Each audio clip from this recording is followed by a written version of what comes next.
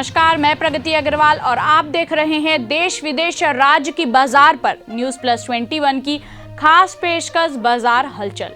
भारत का crypto currency exchange कर रहा है IPO लाने की तैयारी, सरकार से इजाजत मिलने का इंतजार। देश की सबसे बड़ी insurance company LIC private bank में बढ़ाएगी हिस्सेदारी, RBI ने दी मंजूरी। एशियन पेंट्स अपनी क्षमता विस्तार पर निवेश करेगी 960 करोड़ रुपए। सरकार लोगों से करेगी मजदूरों के लिए पेंशन डोनेट करने की अपील। गैस सब्सिडी छोड़ने की पहल की तर्ज पर होगी नई स्कीम। अमेजॉन ने CCI से रिलायंस फ्यूचर डील की मंजूरी रद्द करने को कहा। शादियों के सीजन में सोने चांदी के गिरे भाव, 36,089 रुपए प्रति 10 ग्राम पर आया 18 कैरेट गोल्ड।